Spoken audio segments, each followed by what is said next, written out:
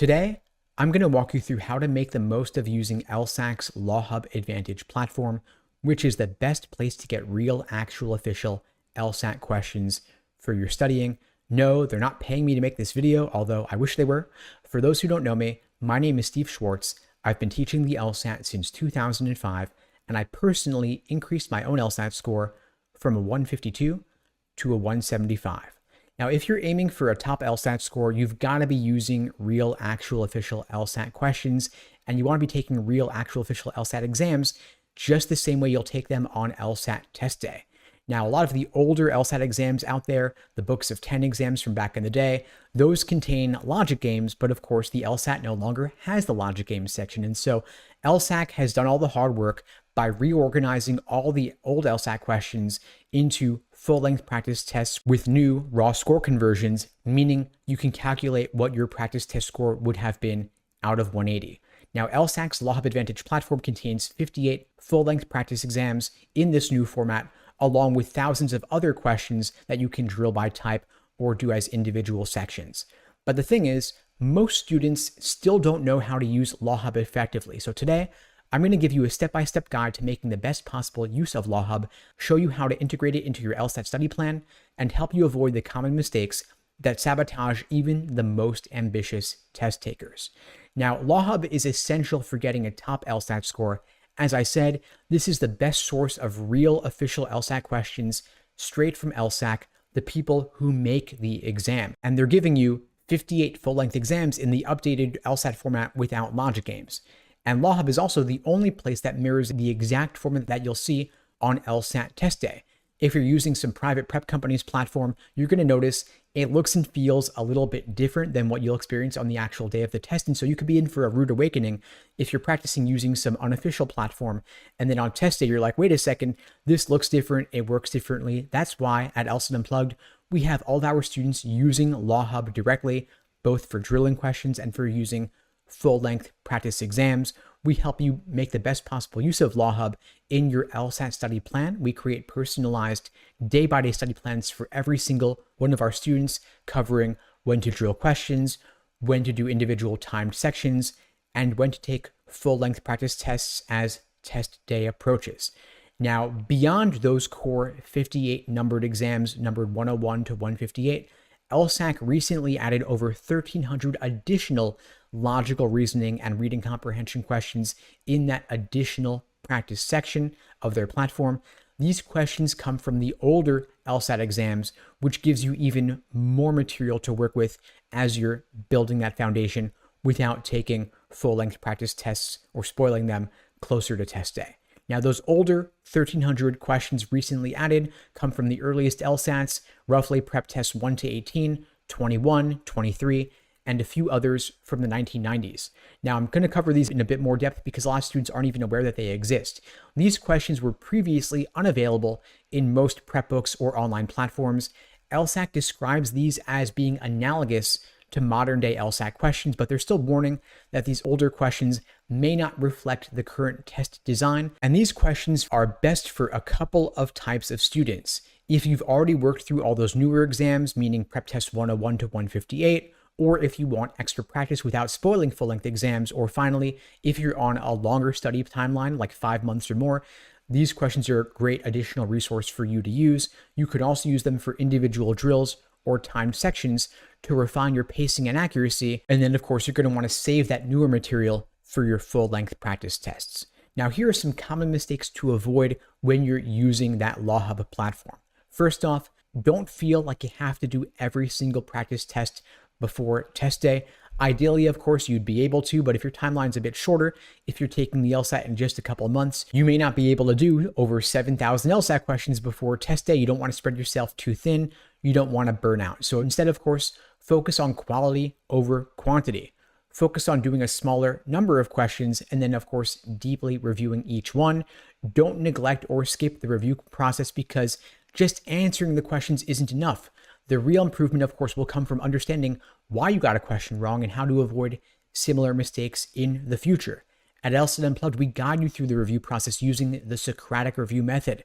We help you ask yourself, what was the trap you fell for?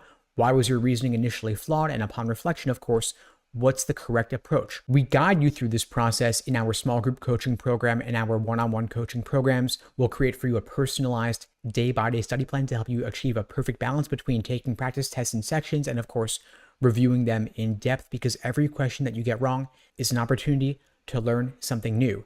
If you're interested in finding out more about joining one of our programs on your journey to scoring a 170 plus, you can check out the links below to book a call with me and my team. We'd be glad to help you out. Now, of course, we don't want you neglecting to take full-length practice tests. Individual sections are not enough. I could divide LSAT prep for you into roughly 3 phases: accuracy, pacing, and endurance. Accuracy is drilling questions, which is great to do. LSAT has a drilling section within their platform. You also, of course, then want to move on to pacing with individual sections.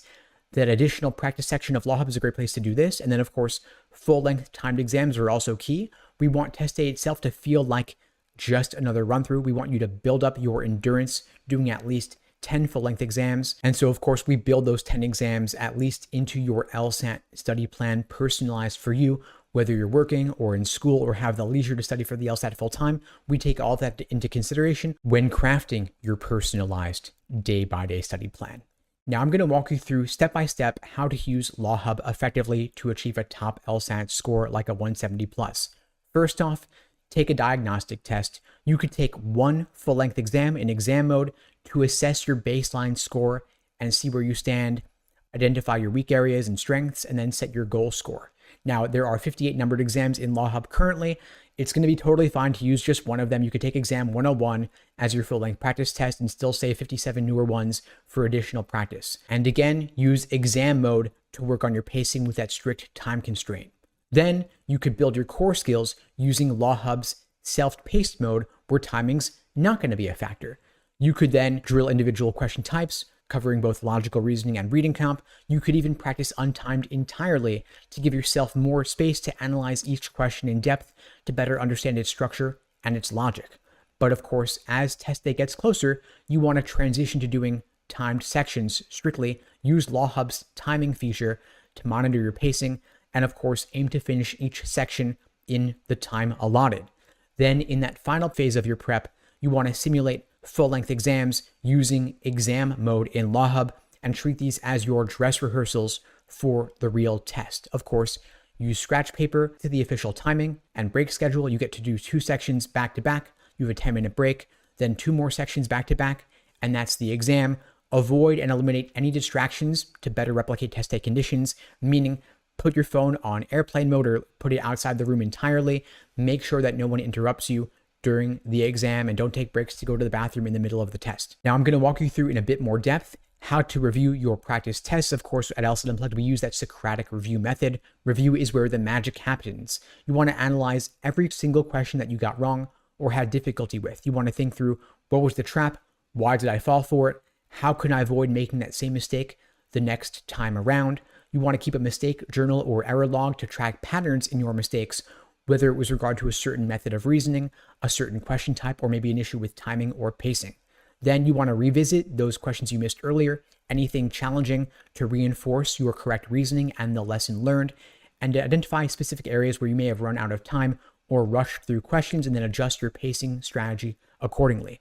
Now, I know LawHub can feel overwhelming without a plan, but it is a really powerful tool. You don't want to neglect it. You don't want to rely only on drilling questions or only on the prep books, since of course the LSAT is online now and the test you're taking is a full-length timed exam on test day itself. That's where a personalized day-by-day study plan will come into play to help you transition from accuracy and drilling to pacing with timing. And then finally, of course, with endurance, doing full-length timed practice tests. At LSAT Unplugged, we create a personalized, customized study plan roadmap for every single one of our students, telling you exactly which sections, question types, and exams to focus on each day from now through your LSAT test date. And through our coaching programs, we help you identify and focus on your weak areas to make sure that you improve efficiently without burning out. So if you'd like my help on your journey to getting a top LSAT score, a 170 plus ideally, my team and I would be glad to help you out. You can check out the links below to find out more and to book a call with me and my team. And in the meantime, I'll wish you all the best and take care.